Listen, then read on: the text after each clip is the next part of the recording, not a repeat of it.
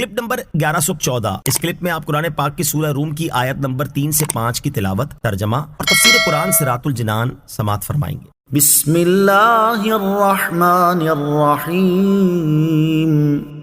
ترجمہ، اللہ کے نام سے شروع جو نہایت مہربان رحمت والا ہے۔ فی ادنی الارض وهم من بعد غلبهم سیغلبون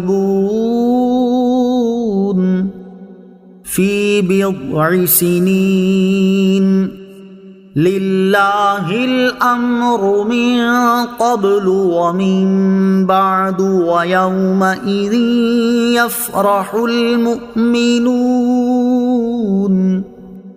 بنصر اللہ ینصر من یشاء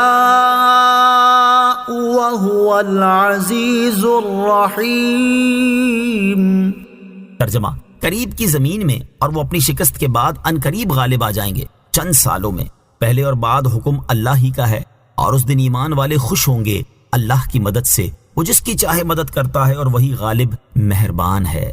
فی ادنی الارض، قریب کی زمین میں۔ اس آیت اور اس کے بعد والی آیت کے ابتدائی حصے کا خلاصہ یہ ہے کہ شام کی سرزمین میں رومی مغلوب ہو گئے جو فارس سے قریب تر ہے، اور رومی اپنی شکست کے بعد انقریب چند سالوں میں ایرانیوں پر غالب آ جائیں گے جن کی حد 9 سال ہے۔ مشہور روایت کے مطابق رومیوں کے مغلوب ہونے کے 7 سال بعد ہی رومی ایرانیوں پر غالب آ گئے تھے۔ رومیوں کے غالب آنے کی مدت مبہم رکھنے کی حکمت۔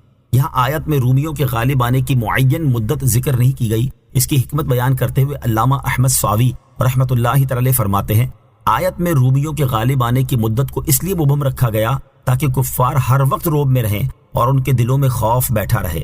حضور اقدس علیہ السلام کو رومیوں کے غالب آنے کی مدت معلوم تھی۔ یاد رہے کہ آیت میں رومیوں کے غالب آنے کی معین مدت ذکر نہ کرنے کا یہ مطلب ہرگز نہیں کہ رسول کریم صلی اللہ تعالی علیہ وآلہ وسلم کو بھی اس مدت کا علم نہیں دیا گیا تھا۔ آپ صلی اللہ تعالی علیہ وآلہ وسلم کو وہ مدت بتا دی گئی تھی، البتہ اسے ظاہر کرنے کی اجازت نہ ہونے کی وجہ سے آپ نے اسے ظاہر نہیں فرمایا تھا، جیسا کہ امام فخر الدین رازی رحمۃ اللہ تعالی فرماتے ہیں، اللہ تعالیٰ نے رومیوں کے غالب آنے کا سال، مہینہ، دن اور وقت بھی اپنے حبیب صلی اللہ تعالی علیہ وسلم کو بتا دیا تھا، البتہ تاجدار رسالت صلی اللہ تعالی علیہ وسلم کو اس کے اظہار کی اجازت نہ تھی۔ للہ الامر، اللہ ہی کا حکم ہے، یعنی رومیوں کے غلبے سے پہلے بھی اور اس کے بعد بھی اللہ تعالیٰ ہی کا حکم چل رہا ہے۔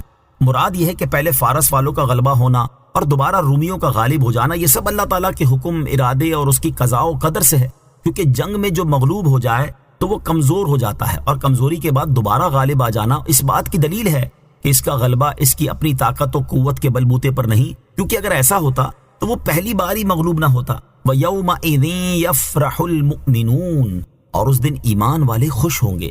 آیت کے اس حصے اور اس کے بعد والی آیت کے ابتدائی حصے کا خلاصہ یہ ہے کہ جب رومی ایرانیوں پر غالب آئیں گے اور اللہ تعالیٰ نے ان کے غلبے کا جو وعدہ فرمایا ہے وہ پورا ہوگا، تو اس دن ایمان والے اللہ تعالیٰ کی مدد سے خوش ہوں گے کہ اس نے کتابیوں کو غیر کتابیوں پر غلبہ دیا۔ بعض مفسرین نے فرمایا کہ اللہ تعالیٰ کی مدد سے مراد یہ ہے کہ مسلمانوں نے کفار کو رومیوں کے غالب آنے کی جو خبر دی تھی وہ سچی ثابت ہوئی۔ چنانچہ ایک روایت کے مطابق جب بدر کے دن مسلمان مشرکوں پر غالب ہوئے تو انہیں خوشی ہوئی، اور اسی دن رومیوں کے غالب آنے کی خبر ملنے پر بھی مسلمان خوش ہوئے۔